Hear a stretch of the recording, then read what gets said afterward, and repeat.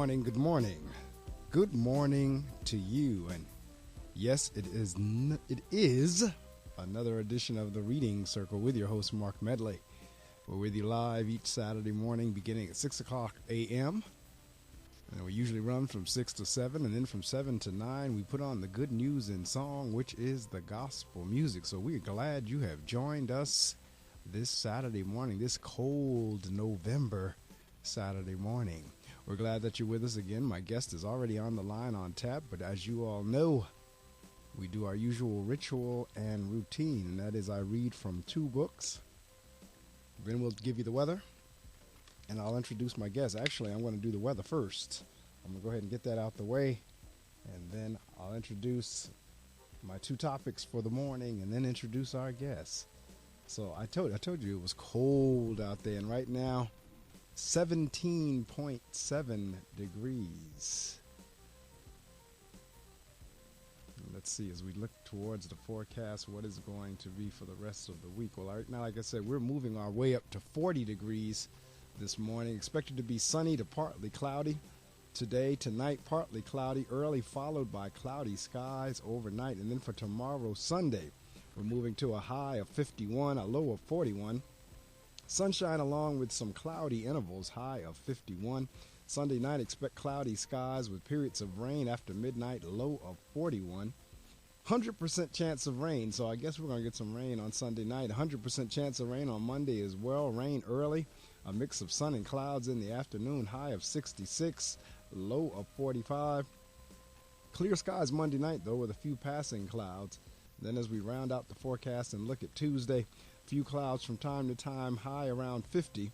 10% chance of rain Tuesday night, partly cloudy skies in the evening, then becoming cloudy overnight. And lastly, on Wednesday, cloudy with some light snow. Ooh, with the S word. Temps nearly steady in the mid to upper 30s, dropping to a low of 28. Looks like that chance of snow is 70%, but the accumulation is going to be less than an inch. Then on Wednesday night, snow in the evening will give way to lingering snow showers overnight, low of 28. 80% chance of snow on Wednesday evening. 1 to 3 inches of snow is expected. Winter is coming to us a little bit early, but I tell you what, we're just glad we can feel it. Tell you what, today is the 22nd of November. I'm going to say shout out to my god brother Todd Pipkin, as today is his birthday, the 22nd of November. Happy birthday to you, Pip.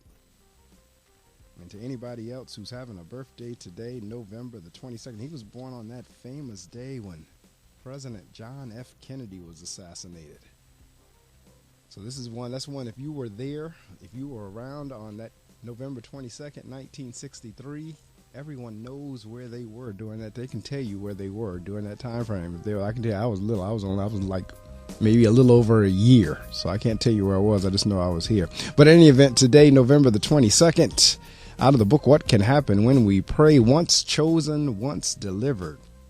Today's prayer: Lord, I thank you for your faithfulness and for your infinite wisdom. Grant me the ability to understand your love for humanity and allow me to share the message and your love with others. Amen. This particular portion of Isaiah has been termed as the first of the servant songs. These servant songs appear in several places between chapters 40 and 55 in the book of Isaiah. The servant songs are crucial in the Christian understanding of who Christ is. According to Christian interpretation, they describe in great detail the attributes that the Messiah will possess. They were written some 500 years before Jesus walked the face of the earth as a man. These servant songs not only tell the community of the faithful what to look for in the Christ, but they tell of an inclusive message of salvation that the Christ will bring to all humanity. The ability of God to disclose the attributes of the Messiah is amazing. Not only this, but God's faithfulness and reliability is certain. Only God has the power to deliver on promises that are more than 500 years old. Live in awe of God. That's from the book, What Can Happen When We Pray. From the book Until Today by Iyanla Vanzant for November the 22nd, Iyanla says, the greatest service I can offer is courageous investigation of everything I see, know, and believe. Go deep enough to get under a thing to discover what is holding it up. Rise high enough above a thing to see it from a new perspective. Until you get to the core of a thing or see it from a new place, you will not be able to determine how or if the experience of your life serve your highest and greatest good. Until today, you may have been walking through the middle of an experience, trying to figure out what it is. Just for today, courageously investigate every possible angle of the situation. More important, be willing to acknowledge how you have been keeping it in place. Today, I'm devoted to digging deep and flying high. That's from the book by Iyanla Vanzant. Until today, for today, November the 22nd. And now, as I gave you in our previews, kind of told you what was going to happen in the beginning of the show, it is now that time when I get to introduce my guest. My guest this morning is Isaac Wilson III. And Isaac was born and raised in Florence, South Carolina. He is a class of 2011 graduate of Morris College, where he received his bachelor's degree in political science. He is currently employed at Virginia College, where he works as a recruiter. He holds certifications in behavioral health, child care, and trauma. Isaac has been speaking to middle schools, high schools, charter schools, colleges, nonprofit organizations, and churches throughout the Southeast, spreading his message of being bold about whom you are, where you're going, and the epidemic of bullying. Because of his community service work, he was recognized as a who's who among entrepreneurs members. Isaac runs a successful nonprofit, Listen 365, in which he strives to eliminate the epidemic of bullying in the country. He's the author of the Library of Congress top 140 award-winning children's books, The Bully and Me. Over 2,500 copies sold. There's nothing more important to Isaac's heart than teaching young people that bullying or being a bully is never the right decision, and that suicides aren't an answer to solving life's problems. Isaac is a dynamic individual who truly believes that change can happen, but only if the actors involved are all playing their roles. I know that's right. Isaac, welcome to the Reading Circle with Marc Medley. Oh, thank you. I'm happy to be on, Mark. Happy to be on for the opportunity to talk to your listeners. Well, I'm glad to have you on as well, because the topic is important, and I'm also equally as glad to have you on because you are a friend of mine. We have a mutual friend in Vernon Jackman. Yeah, good guy, good funny guy. Yeah, Vernon, we were in high school together. I think I'm a year or so ahead of Vernon, but we were in the East Side High School together at the same time. And so actually Vernon's been on the show as well. And when I got the email from him asking, did he mind him recommending him? I said, no, I don't mind at all, Vernon. Who you got? And so that's when he introduced me to your name, and I said, sure. And I'm glad you're here because I'm in education as well. I'm a principal of a school, and I know of what you speak in terms of this whole bullying issue. Yeah, it's a real epidemic, and it's taking the lives of our children. We just had an episode here in Florence, in South Carolina, rather. Another death occurred to a 12-year-old kid who who took his own life. So we have to get this thing done. We're losing our children to senseless acts of suicide, where we can just listen to our children and kind of figure out the issue. So it's a really, really big issue here. All right, well, I'm going to share some information with the listening audience. And listening audience, you know the drill. While I'm sharing this information with you, I need you to multitask, if there is such a thing. I need you to listen to the information I'm sharing, but at the same time, I need you to get on all your social media sites and let someone know that Isaac Wilson III is on the air with me. And we're going to be talking about his important work that addresses bullying. And it is a hot topic, but not only is it a hot topic, it's something that is real. It's not something just to talk about, but it's the reality in 2014. So let someone know that we are indeed on the air, that they need to log on to gobrave.org. If they're anywhere in the world besides here in the northern New Jersey area, they need to log on to that. And if they're in the northern New Jersey area, they can certainly turn on their radios to WP 88.7 FM. But from everyone else around the world, you can hear us live as long as you have internet connectivity, your computer and your speakers. You can catch us anywhere in the world in any time zone. As a matter of fact, if you download the Reading Circle app, you can carry me with you. And you can go through either the TuneIn app or you can go live into the gobrave.org. Either way, there's a pipeline through the app to get you to be able to hear the show on your mobile device. So you're encouraged to do that. I'm going to share this information with you, and then we will be underway with our interview with Isaac.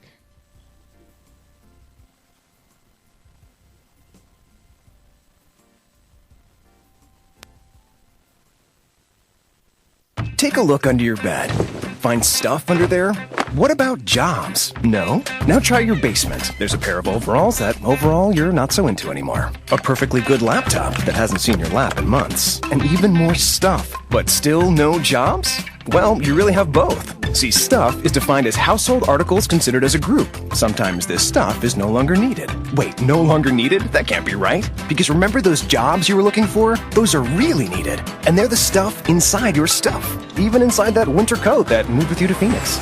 Our job is to unlock those jobs. And it starts when you donate your stuff to your local Goodwill. Here's how we do it. When you donate to Goodwill, we sell your stuff to provide job training for people right here in your community. So just by teaming up with Goodwill, you help create jobs. And isn't that worth parting with the leftover keytar from your 80s cover band? Goodwill. Donate stuff, create jobs. Find your nearest donation center at goodwill.org. A message from Goodwill and the Ad Council. You're listening to The Reading Circle with Marc Medley on Brave New Radio.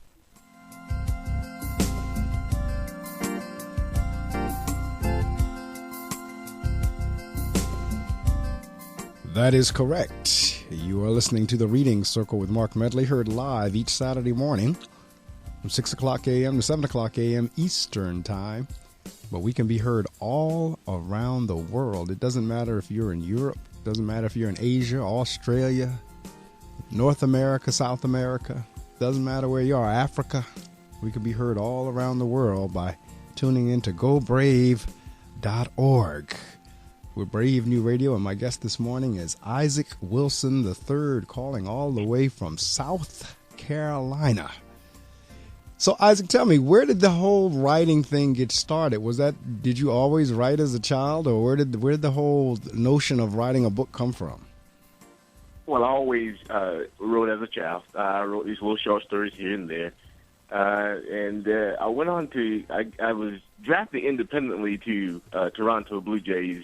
And I spent some time in Canada after I got finished with college, and it wasn't, the passion had been gone. I was like, okay, well, what can you do? What is there for you to do? You've been talking about this bully thing. What can you do? And I dove into writing. I said, you know what? I'm coming out with a children's book. And I just sat down one day and I started writing, and the rest of it is history. So wait a minute. Let me roll back what you said a second ago. You said you were drafted by the Toronto Blue Jays to play baseball? Yes, independently. I went to Atlanta. It's funny. I went to Atlanta Braves camp, and I was cut. And I later received the call and said, hey, we have an independent team. And I went over and tried out for the independent team. Toronto Blue Jays was there. Hey, come on, let's go. And I was drafted to the single-A team and spent some time in Canada playing for them for about a year. So what was that experience like? Living in Canada is different. You wake up one morning it's 80 degrees. You wake up one morning it's 60 degrees. But it was a real experience to see how the whole aspect is. And you're thinking, hey, you see that on TV, and you're thinking, oh, all the money and all of that stuff, but you don't know the work that they put in to get there. And it's like, oh my God, you're not making the money. You're not really enjoying this as much. So you got to do the grunt work in order to see what you see on TV. And it was a humbling experience. I'm sure it was. Now, you say you did writing as a child. So are we talking grade school? Are we talking high school? Are we talking both? Well, I did it, and I started writing probably around 7th grade. So 7th grade until now. So what gave you the encouragement to do that more? I mean, it sounds like you were an athlete. If the fact that you were drafted or you went into the independent team. So as a child, what kind of kept you going in terms of writing? Were you a reader also, or how I guess where I'm trying to go is, first off, it's a little bit unique most of my guests throughout the years have been female. That's first. Not to say that there aren't any male authors out there, because there are. And then secondly, you wrote a children's book. And then third, the topic is bullying. So I'm just trying to work my way up to, like, the whole passion for writing. What started that? Well, my teachers always told me, hey, you're a good writer, you're a good writer. Just fine-tune the things here. You're a good writer, good writer. So I wrote in the back of my mind, okay, I'll write. What you want me to write about? So I just started just writing little things. I would actually get mad with my mom, and I would just go and just write. I would write poetry. And then our Christmas time was, not so great either. I got what I wanted here and there, but not so much, like every year. So I wrote a short story for Christmas, and I took it to my teacher, and she said, well, hey, that sounds good. Keep writing. So I always knew that something would come, but when it would come and how it would come, I didn't know. I just kept writing. And the children's book came when it was a young lady in Pennsylvania had killed herself over bullying. I'm like, well, who's going to talk about this? Who's bringing it to the forefront? Is this even important to people? And I started on the bully train, and I started on the bully train, and I said, I got to get this message out. I got to get this book out. It has to start in elementary school. So how do I reach them? I got to write a children's book. And I just started writing. New Jersey, where I am, has the toughest bullying laws in the country. In terms of in your various schools. I know, like, we have a whole process that, even if someone mentions the word bully, we have to go through this entire investigative process, if for nothing else, to be able to say, well, if we investigated and we may or may not have found it to be actual bullying. It may have been just a fight, but we do have to investigate anything just about that anyone says whenever they have the word bully in there. And again, there's some other measures that New Jersey took, result of a suicide. Same thing, a young man at Rutgers University. He committed suicide based on being bullied. And the thing is, people don't understand, and I'm quite sure you probably address it in some form or fashion. There's more than just the physical bullying. You have verbal bullying, you have cyberbullying, you have, of course you have the physical bullying as well, but all of them are equally as bad. Yes, they're very, and actually they're equally as bad, but most things come from the internet, and that's where it starts at, and then it ensues into the school system. So I target parents to, you want to be your child's friend, you want to give them all kind of freedom, but don't give them so much freedom to the internet. That is, it's like you're setting your child up to be bullied. And there are adults that are bullying children on the internet. There are, high schoolers that are bullying middle schoolers, however you want to put it. But that's where it starts at online. And we're forgetting about that. We're just thinking, oh, my child got a Facebook account, and, oh, I see him smiling all the time, but he doesn't put anything out there. But somewhere along the line, they may be being bullied through the internet. Well, it's interesting you bring the internet up, because not only are they being bullied on there, they're actually being recruited on there. They're being victimized sexually on there.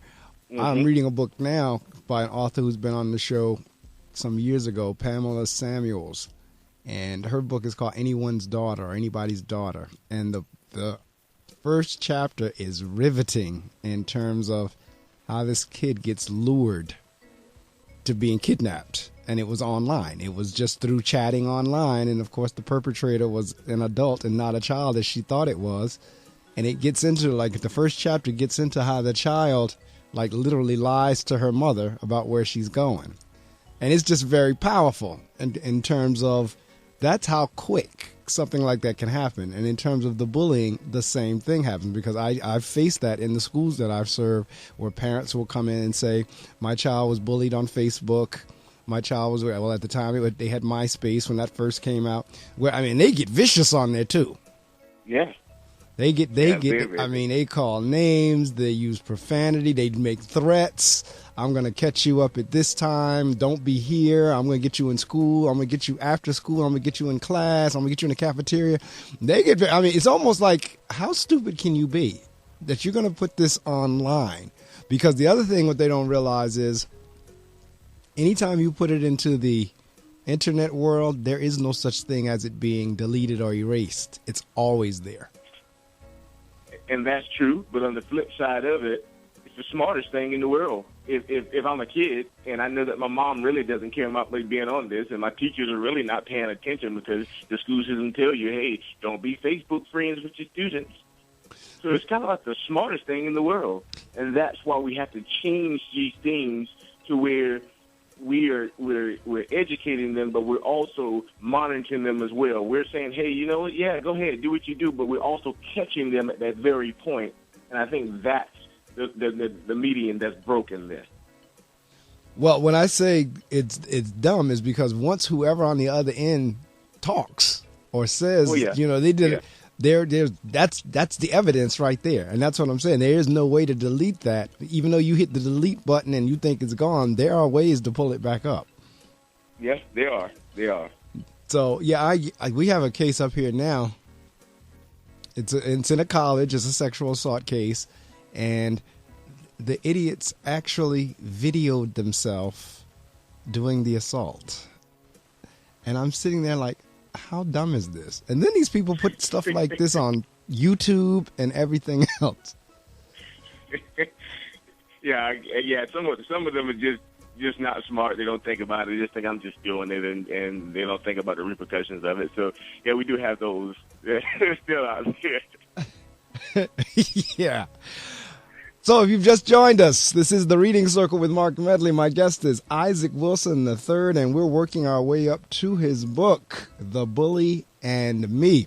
It is a children's book, and it is addressing a very serious and real situation that occurs minutely. Somewhere around the world, somebody's being bullied. Now, talk to me a little bit. And I need to share some more information with the crowd, and you're way younger than I am. If you've just come out of school, I'm old enough to be your father. And so when I was in school back in the late 60s, 70s, working my way up to graduating in 1980 from high school, I mean, we've always had this situation. Everybody knew who the bully was. I mean, like I had the Marvin Macks and the Randy Earls, and for me, bullies I always got along the best with the bullies, and it was like they never bothered me. If anything, they would protect me for whatever reason, and we just always got along very well. But there were other kids that were not as fortunate. My point is, there's always been the one that's going to take the lunch money. There's always been the person that's, for whatever reason, they're the biggest, they're the baddest, they fight the best. So it's always been around, but it's never got to this level of where it is now in 2014, actually where it's been for the last few years. And I'm just kind of wondering, what has brought that on? Are we an angrier society or what? I want you to think about that for a minute or two while I share this information with the listening audience, and we'll continue our discussion. Again, if you've just joined us, this is the Reading Circle with your host, Marc Medley. My guest is Isaac Wilson III, and he has written a book, The Bully and Me.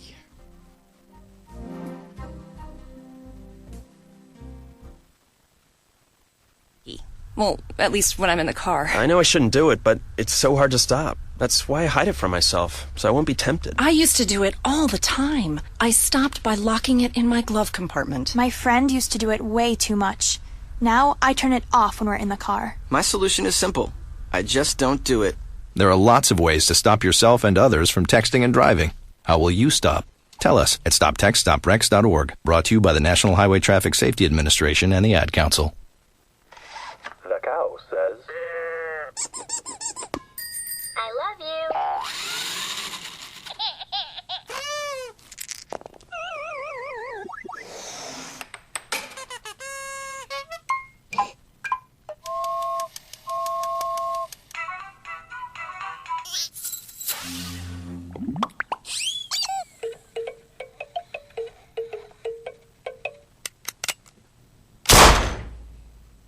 To a child, it's just something else to play with.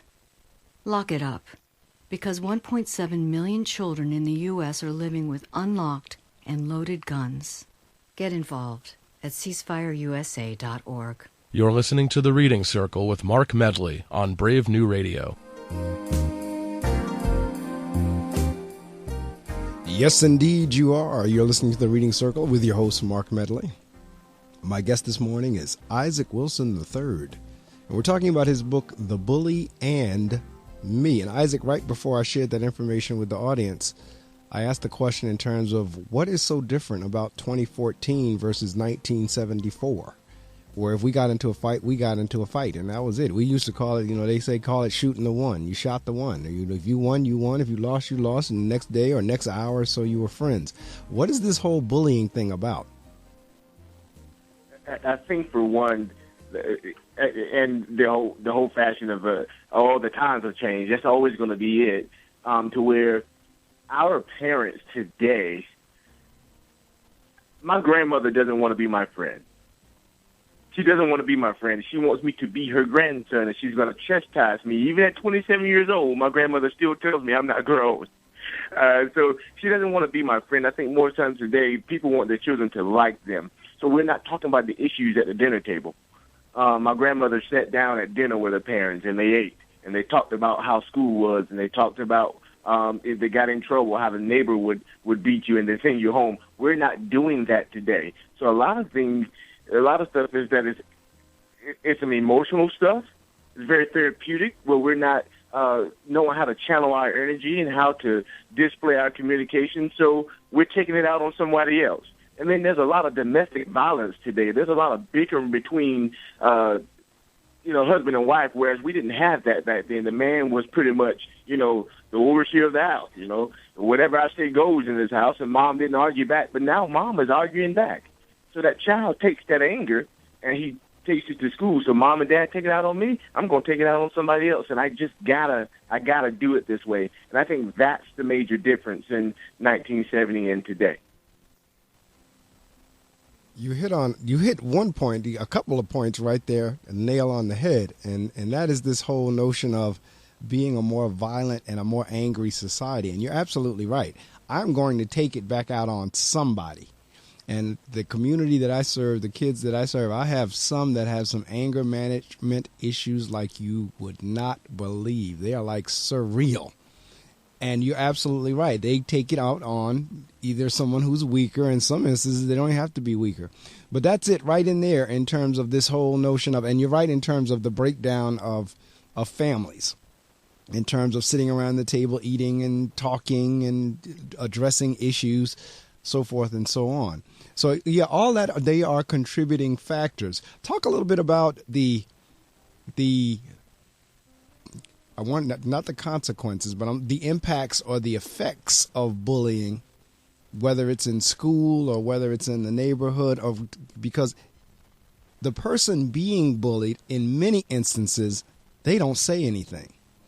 They just take it. And a lot of times, they take it to a point wherein it'll lead to the suicide, or it'll lead to somebody snapping, or it lead to them now bullying somebody else. Talk a little bit about the impacts and the effects that bullying has on one.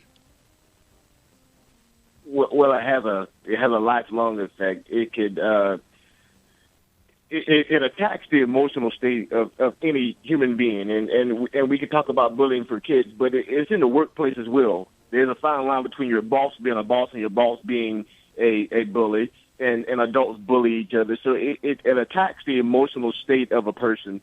And most times the person being bullied came from a broken home. They came from where dad talked to mom some kind of way, or mom talked to dad some kind of way, and they see how their parents kind of stood there and took it. So they thought that was the way to go, that somebody loves me because they're doing this to me.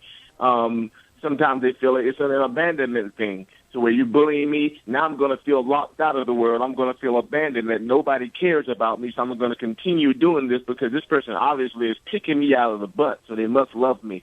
So it's a lifelong effect of abandonment and emotional. You become unstable emotional, so you don't know how to communicate, and that goes into your adult years, and it just stays there until we kind of attack the issue. And like you said, they don't talk. Even when there's some people that's been bullied today, they'll never tell you they were bullied, but they just won't talk about it. But until they talk about it, they'll be forever broken. And in terms of, and many times of bullying, people associate that with being males or men or boys. Mm-hmm. Is there such a thing as girl bullies? Yes, in fact, it's a high rate, about 27% of females in between the ages of 12 and 16 will, in fact, bully someone of the opposite sex.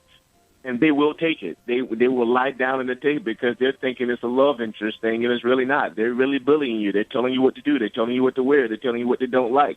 And it's scary. It's very, very scary, but that's a high number for women.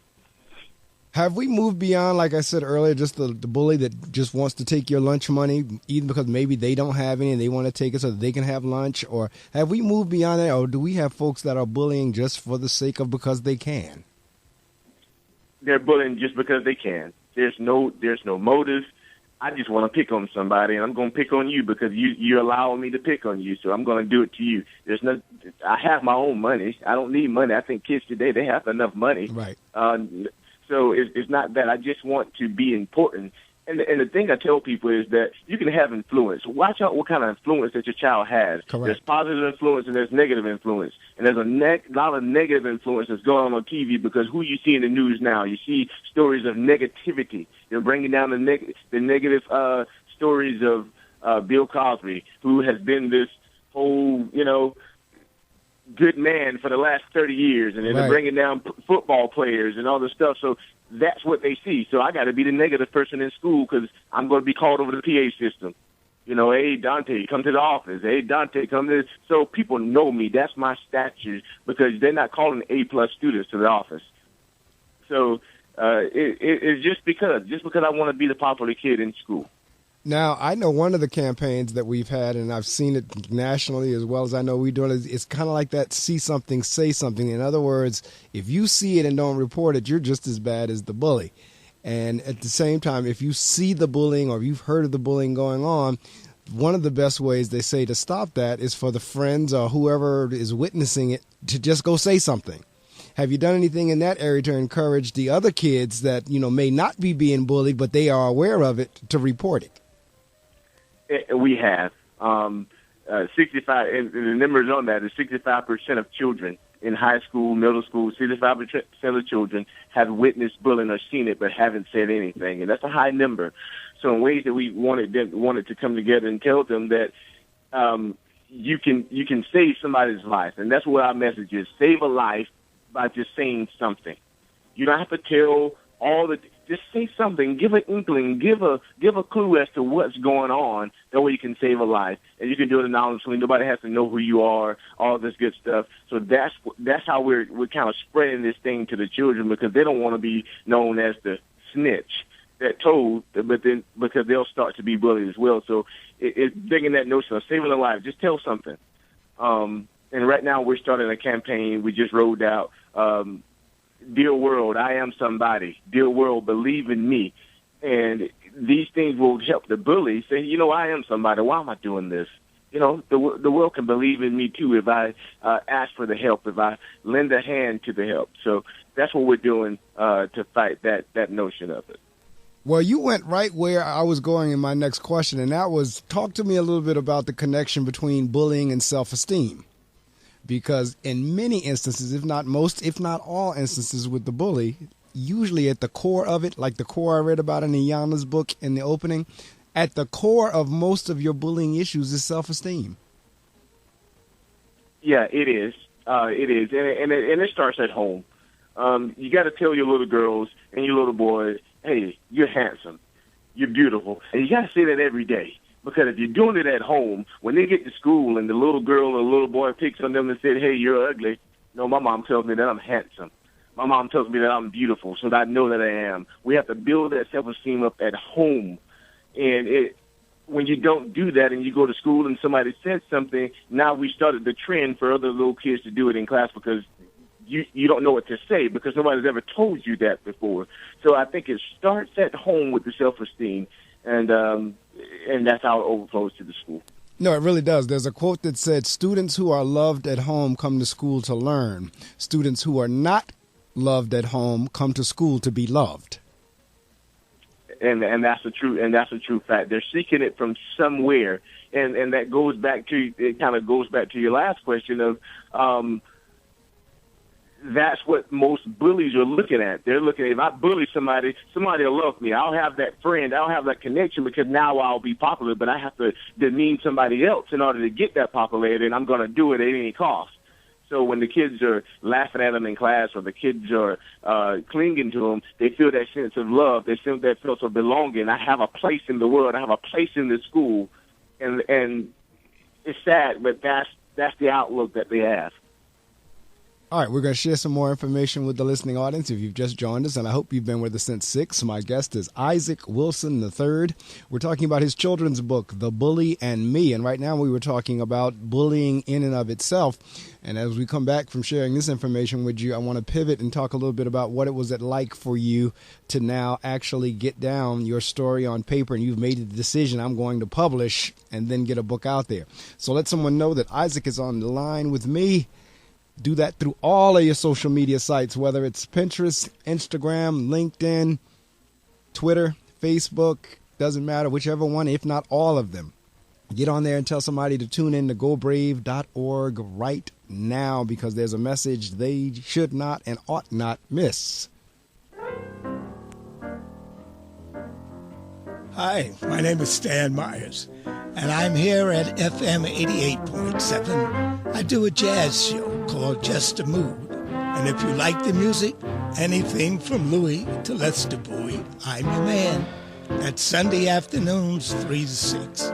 Looking to hear from you, okay? Listen to Brave New Radio on your smartphone with TuneIn Radio. You're listening to Brave New Radio.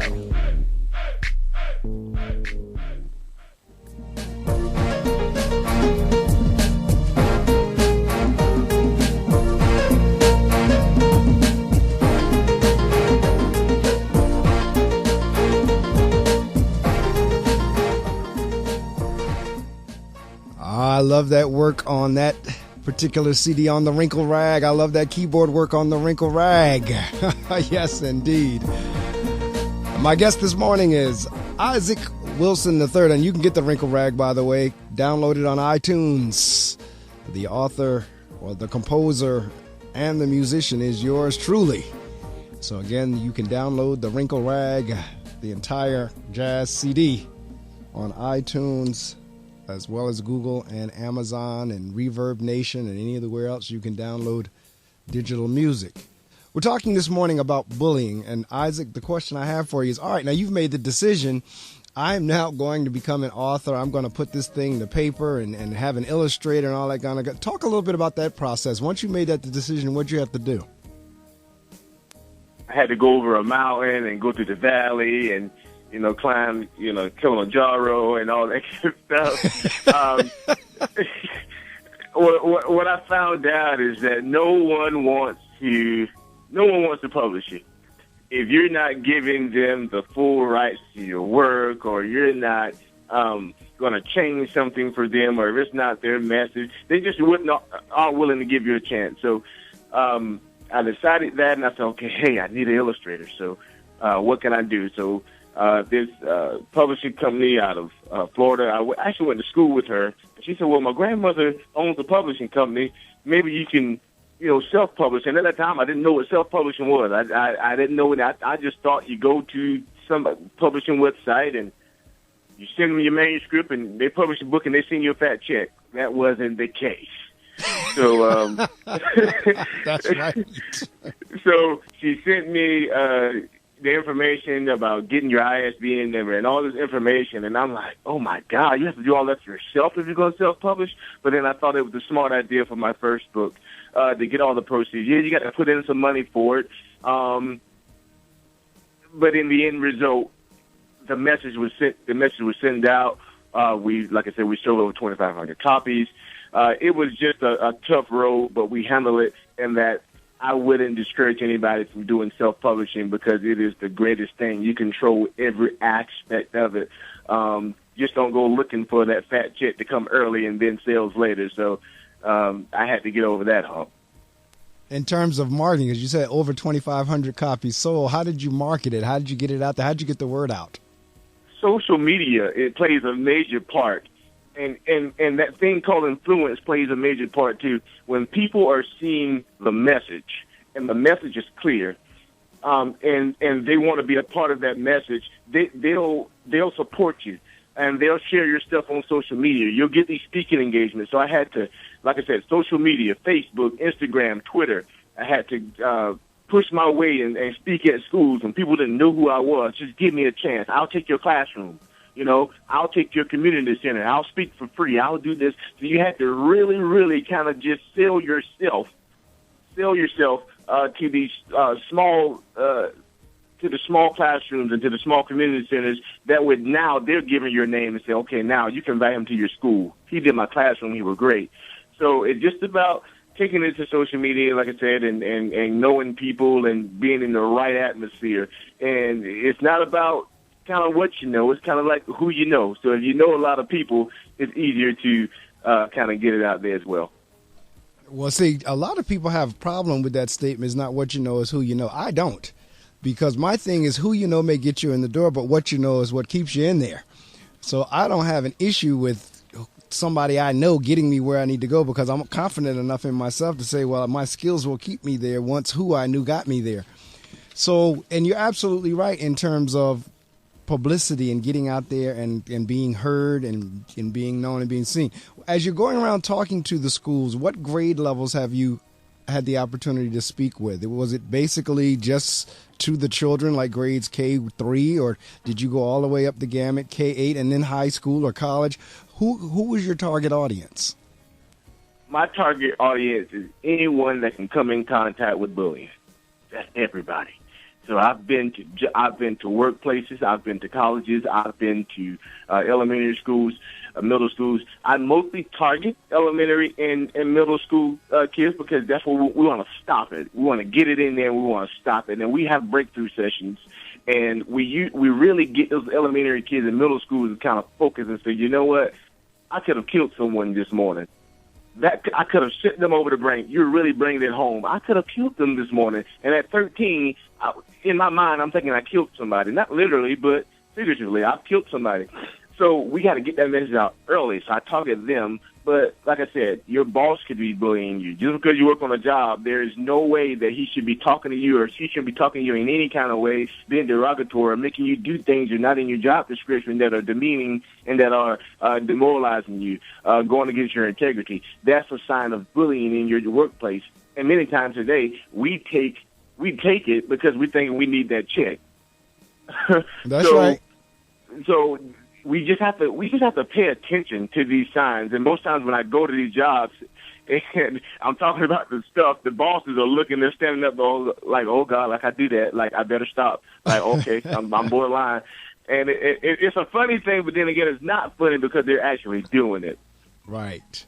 No, it does not feel good to be bullied. Like I said, that's never been my issue. If anything, for whatever reason, whether it was personality or what have you, the bullies and I always got along, and I never witnessed or knew of them actually physically, because that's the other thing. I mean, this stuff that we're talking about bullying today, I mean, I see kids in my line of work where they pummel. Like you said, you know, do you understand you could have killed that kid or either maimed that kid for life? Because that's another thing. Once you get that on your record, it doesn't go away.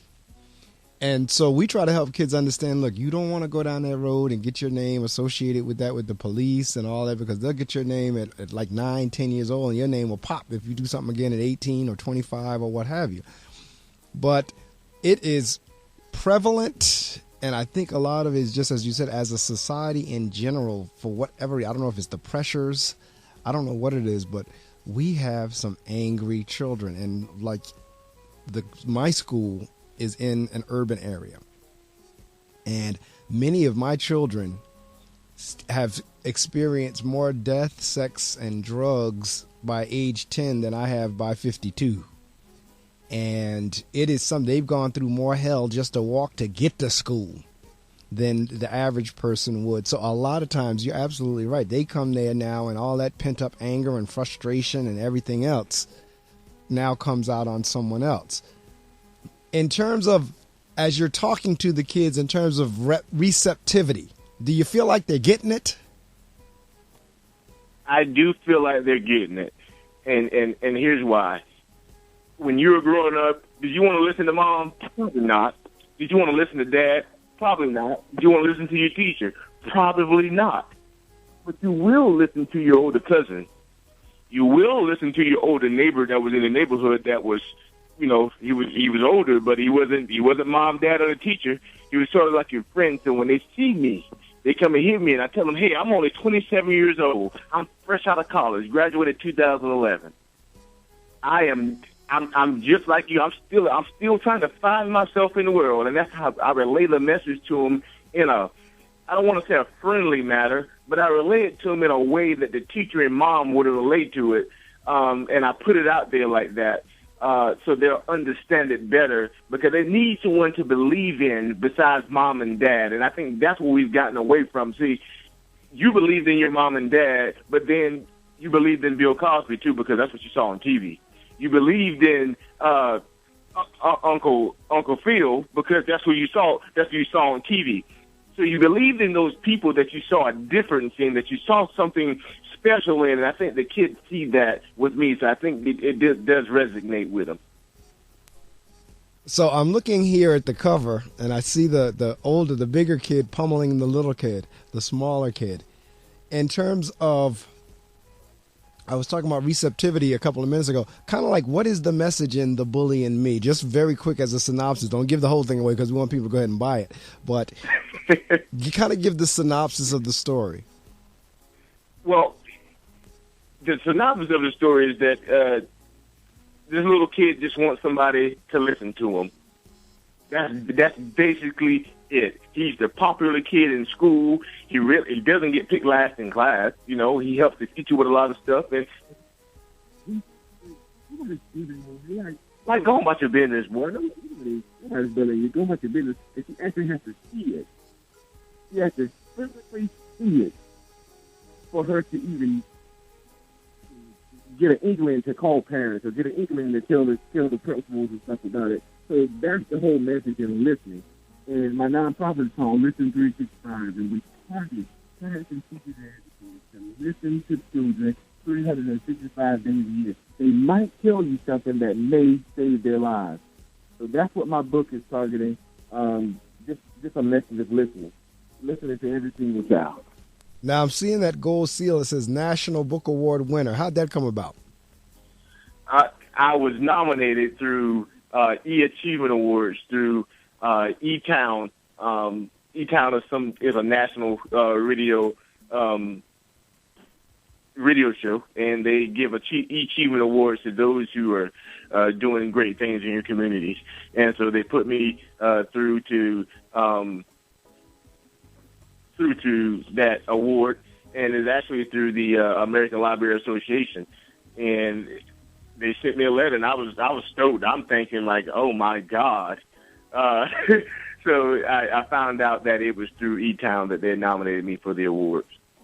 Now, a lot of times in our schools, and sometimes this brings on the bullying too, a lot of our children feel like it's not smart. It's not cool to be smart. In other words, they could be like little geniuses, but they won't let anyone know because they're afraid to let anyone know that they're smart. And a lot of times the bookworm or the teacher's pet or the nerd or the geek or whatever, a lot of times they become the targets because the peer group pushes that notion of it's not cool to be smart. Have you dealt with that at all? We deal with that a lot. And that whole notion goes back to what I said about influence. We don't see A students and geeks being recognized like that. We don't see everybody trying to gather around and see the geek. We see everybody trying to gather around and see the person that's bebopping, or we're trying to, gather around and see the person that's cracking jokes and all this stuff like that. So it goes about influence. What is influence in the school system? In the school system, they do a bad job with recognizing those of that status. So kids nowadays just want to be seen. So if I can be seen as an A student and I'm getting all these good things as an A student besides just good grades and kudos, then I will think that's a good thing. But if it's just going to be me reading a book in a corner or me studying all the time, I can't play my sports like that because I'm in books and all this stuff like that's all they see. that begins to send a negative vibe that I don't want to do that. I want to do something else. Well, I tell folks all the time, going back to the self-esteem thing, everybody wants to be known or seen for doing something. Now, in the school environment, you're absolutely right. Really, the focus is on academics, is on grades, A, B, C, D, what have you.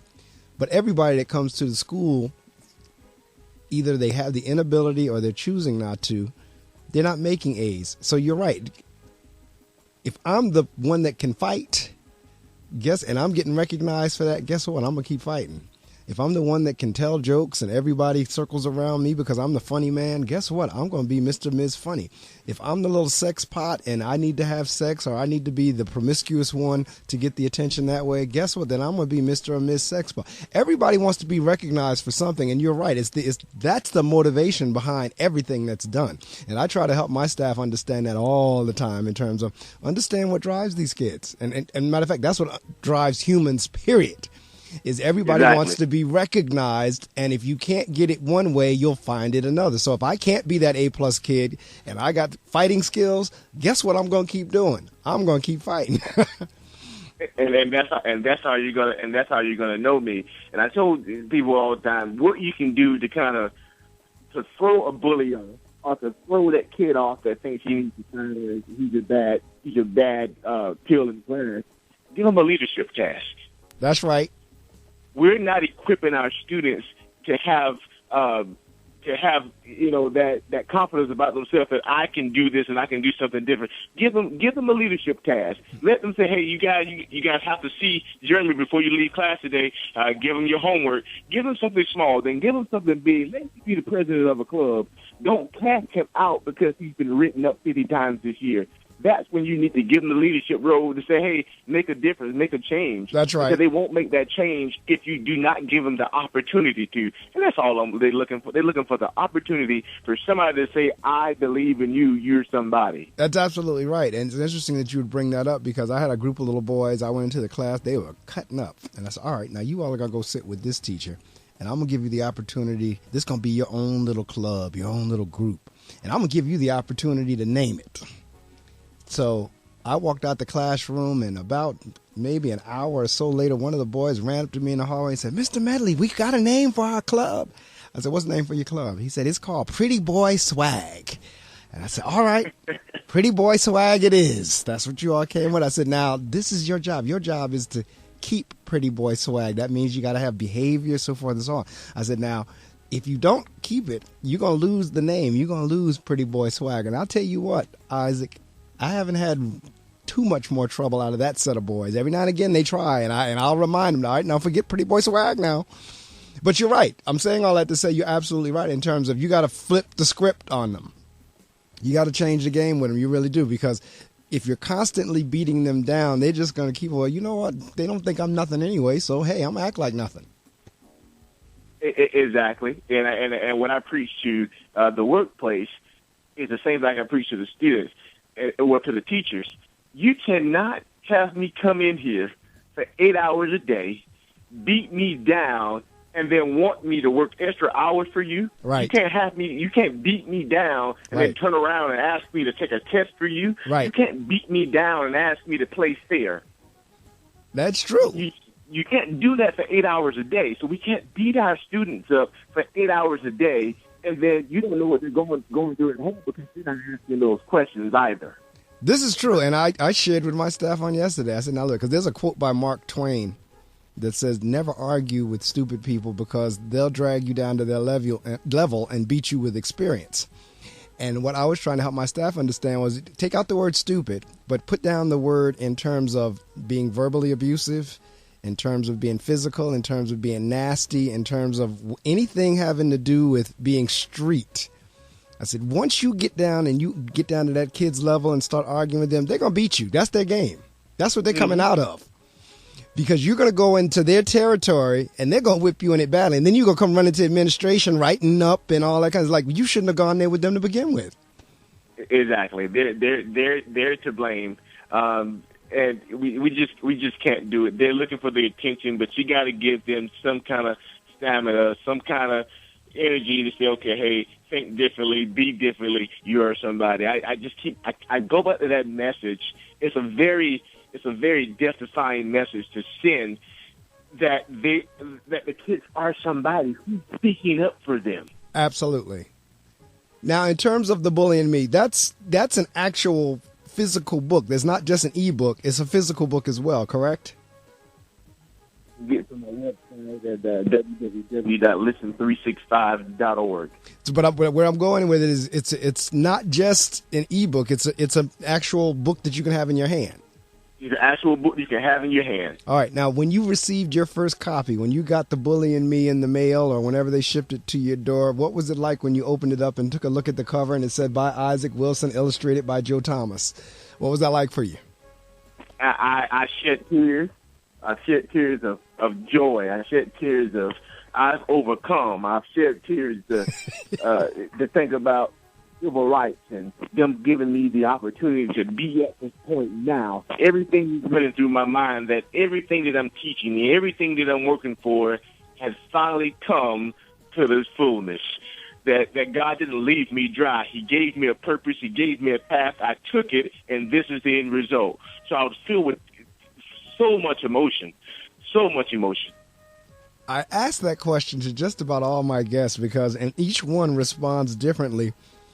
And I find that to be a question that is extremely hard to answer, because you're absolutely right. There is so many things that go on whenever you've now pulled out a product that has come out of you, that you've now shared with the world. Because whether you do something musically or whether you do something in writing or like that, that's something that was within you that is now in a form that can be shared with the rest of the world.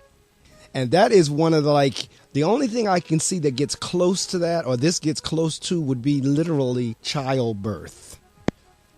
That's the only thing that, and I think we just lost connection. I think he just dropped. He'll call back in a second. But I think that's the only thing, and I've said this on the show in many occasions, that the only thing I believe it's close to is childbirth. Are you back with us, Isaac?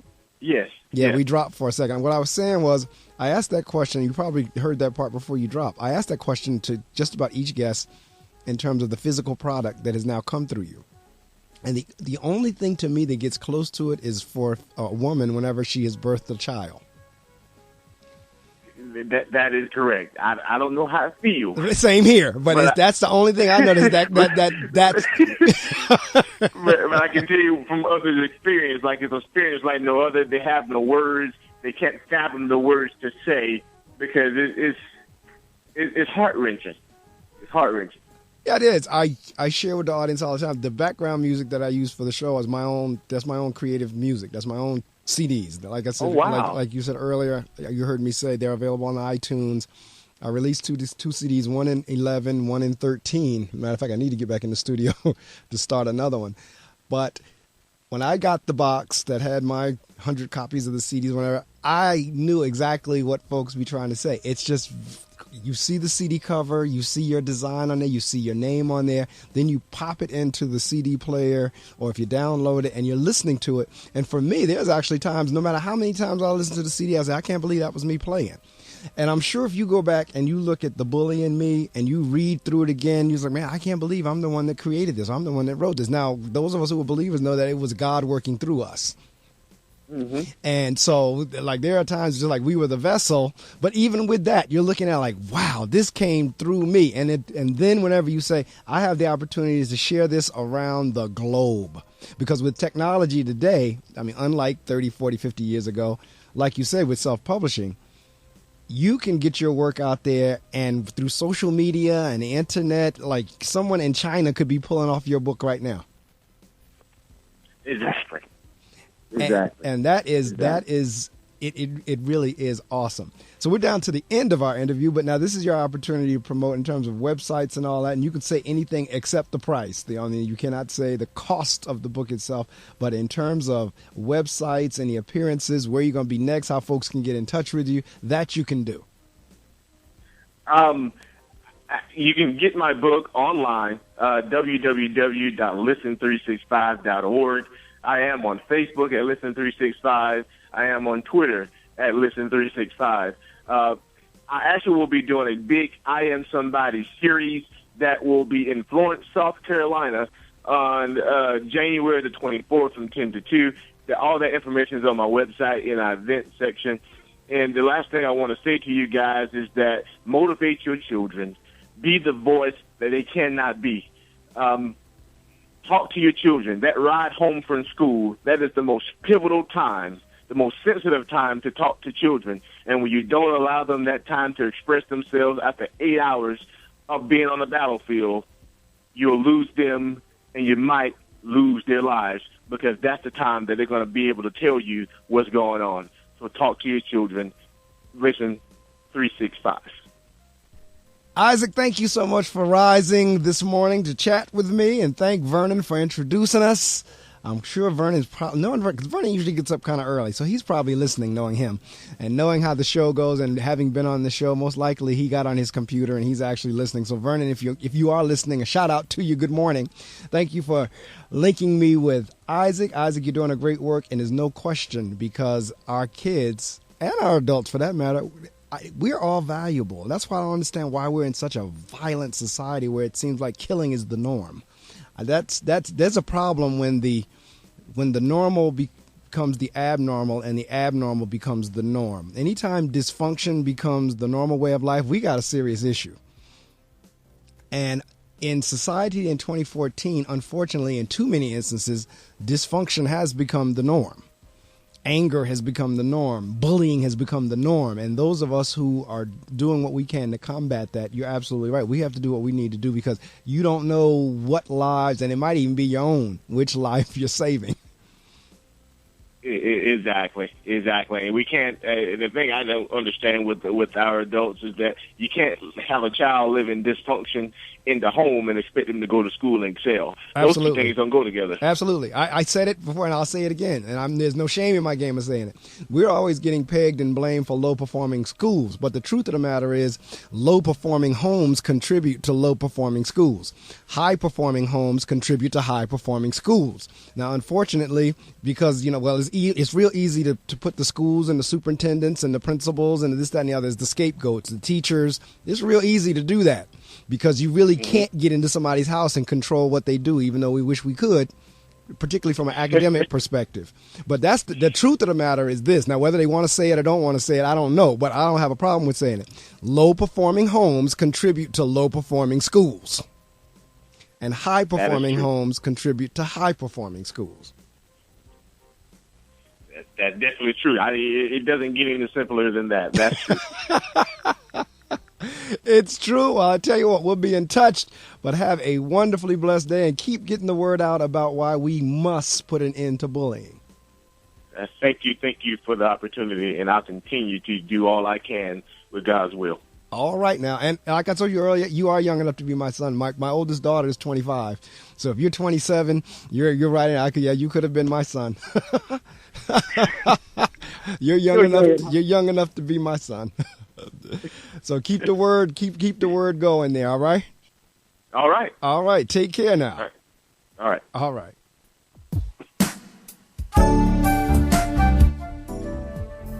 That wraps up another edition of the Reading Circle with Marc Medley. We're going to go zoom right on into the M&M Hour, which is the good news in song.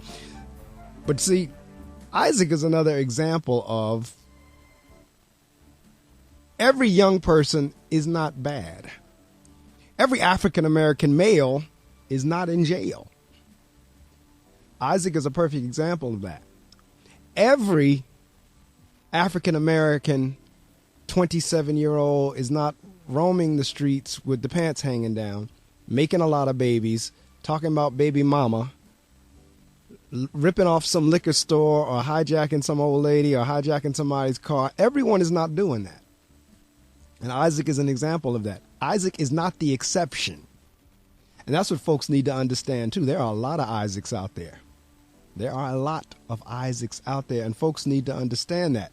But the perception and the stereotype, and of course what you always see in the media from a negativity perspective, is that the only thing young people are doing is drugging and killing and raping and so forth and so on. Yes, there is a faction that is doing that. There is a bunch that are doing that, but not everybody's doing that. And there are folks like Isaac who are taking a stand saying, look, there is another way. There is a different way. We've got to do something about this. He's starting right where it starts, and that's with the children at the younger ages, and works his way right on up into the adults. So his book is The Bully and Me. The website, as he said, is 365listen.org. It's the number 3, the number 6, the number 5, the word listen.org. And you can find out everything you need to know about Isaac there. Now that I know his Twitter site, I'll make sure that we follow him, because that's 365listen as well. But it says 365listen, be different, listen, save a life. All right, we're going on into the top of the hour for the M&M hour. That is the good news in song.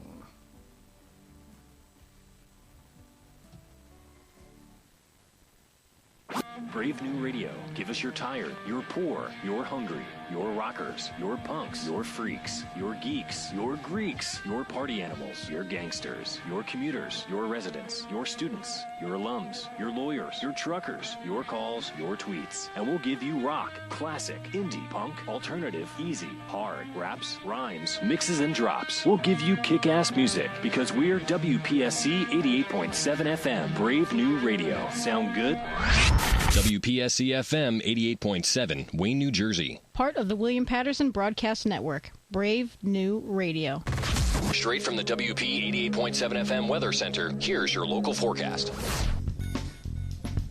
Wow, a big 17.4 or 17.4 degrees right now, and then it has the audacity to say feels like 17. 17.4 right now. We're moving up to a high of 42. Sunny to partly cloudy, again high of 42, a low of 34. Saturday night, partly cloudy skies. This evening will become overcast overnight, low of 34. And then tomorrow, Sunday, intervals of cloud and sunshine, high of 51.